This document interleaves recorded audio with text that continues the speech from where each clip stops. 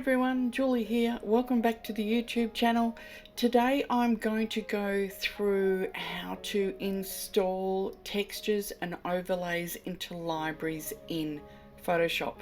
So if you don't see libraries in your palettes or adjustments down the side, go to Window and just turn libraries on. Now what libraries is a collection of different things that you can easily store so you don't have to keep going and looking for them. So for instance, I've got my atmosphere pack stored in here, I've got light overlays, I've got bokeh packs, I've got all sorts of things that I use all the time.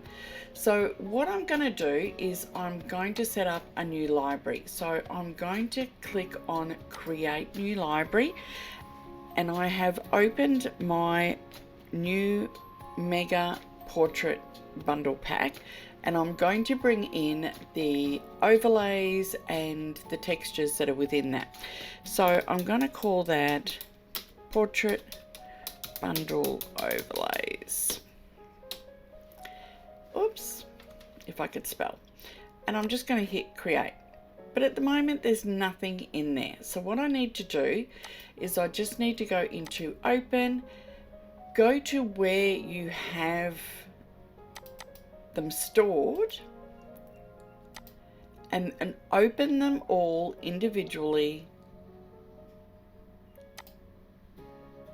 into Photoshop like I've got here. Now once I've got them opened, what I'm going to do is I'm just going to click, and while I'm holding it I'm just going to drag it down to there.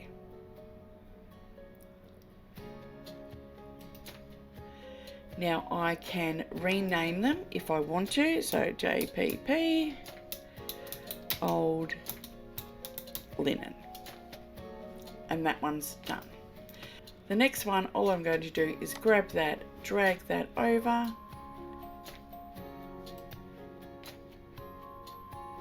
and I can rename that. Unfortunately, it doesn't always take the name over with it, which would be handy, but that's what it is. So, and I'm just going to continue on and doing them all.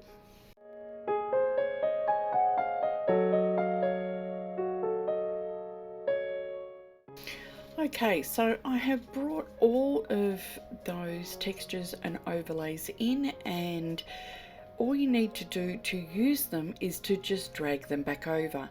The beauty of having the libraries is you don't have to keep continuously going and looking for stuff. You can just click on your library. If you click here, you can go in and see all of your libraries. You just click on one and then it's there. So for instance, if I want to use smoke, so I've got this smoke landscape, and I just put it on this image here. Now, pretty easy to go and resize them. It doesn't make a huge amount of difference when you are adding it over the top. It really doesn't get pixelated or anything like that. Generally speaking, if you set it to screen, you can then adjust it as you require. If you want to take it off some of your image, you just put a adjustment layer, go and grab a soft black brush,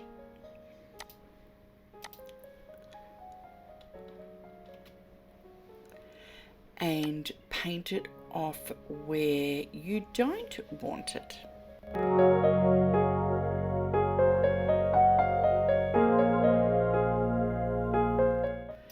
Now it's still a little bit too harsh. I'm just going to drop that down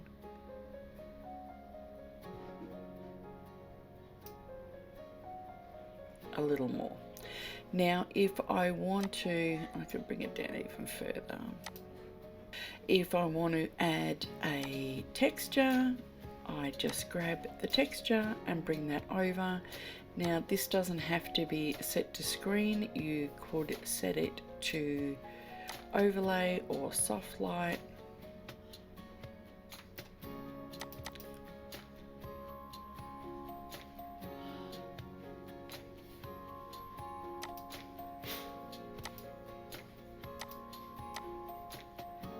and you can play around with that. Again, you can take it off any areas where you don't want it applied. So just putting an adjustment layer on and then coming back in with my brush and taking that off areas. Or what you can do, if you hit Alt, you can copy the mask from the image before. It's saying no mask is selected, but it is. What you can do, if you also want to soften it, you can, if you click on the mask, you can feather the mask. You can come in and you can feather your textures. You can bring your texture down. You don't have to have it quite so strong. So it's a matter of playing around with your smoke and your textures to what you want to do. If I wanted to, for instance, use one of the fabrics, it's fairly similar. Well, it's not going to work in with this image that well, I don't think. Maybe not. But if you set that to screen, it knocks the black out. So you've only got the crisp white fabric. Of course, you can drop the opacity on that.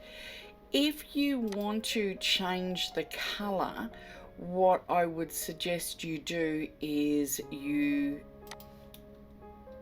remove the black from around. So if I set that to normal and I'm going to go into subject select, and if you wanted to extend this, you could do a little bit of liquify tool or something like that. Or you can just use it across. It's really good in behind your images as well. So I just want to, oh.